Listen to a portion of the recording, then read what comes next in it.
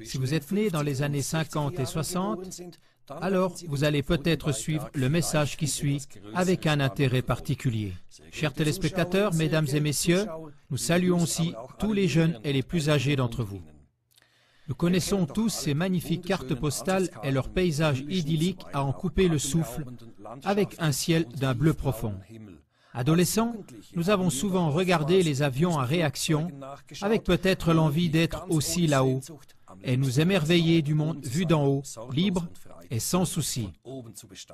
Peut-être avez-vous déjà été témoin de la façon dont un ou deux avions militaires faisaient des vols acrobatiques époustouflants et dessinaient des formes dans le ciel avec les traînées de condensation.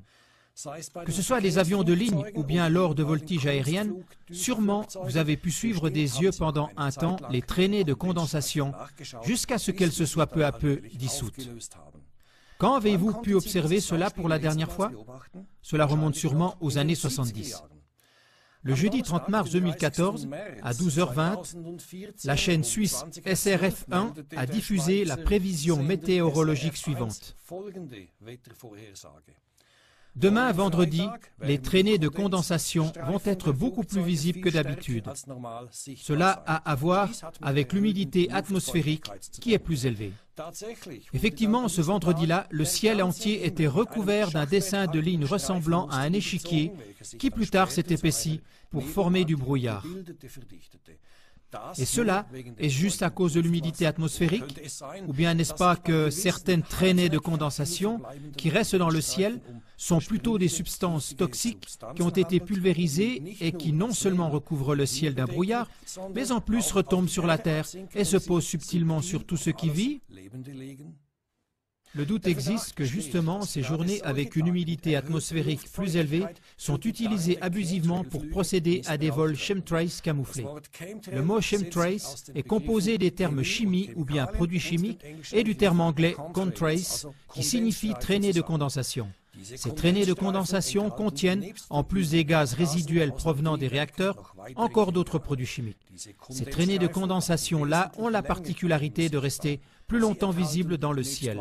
En plus d'autres produits, elles contiennent souvent du barium et de l'aluminium. Ces vols-là sont souvent accomplis de telle façon que les traînées de condensation laissent derrière elles une structure ressemblant à une grille sur une grande partie du ciel. Les raisons pour ces interventions pourraient être la manipulation de la météo, notamment pour réduire les effets de serre, et peut-être même la réduction subtile des organismes vivants. Ce dont nous avons besoin, c'est d'une explication claire sur quand et où ont lieu des interventions de géo-engineering, donc des interventions de chemtrails. Des mesures complètes doivent être faites.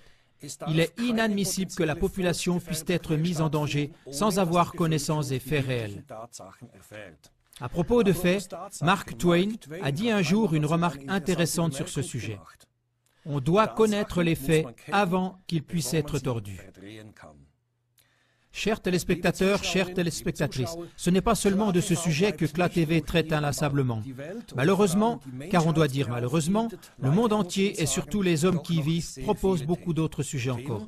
Des sujets que les puissantes instances supérieures essayent trop souvent de glisser sous le tapis. Heureusement que la contre-voix est de plus en plus forte. Vous aussi, restez inlassablement accrochés. Merci pour votre intérêt. Au revoir.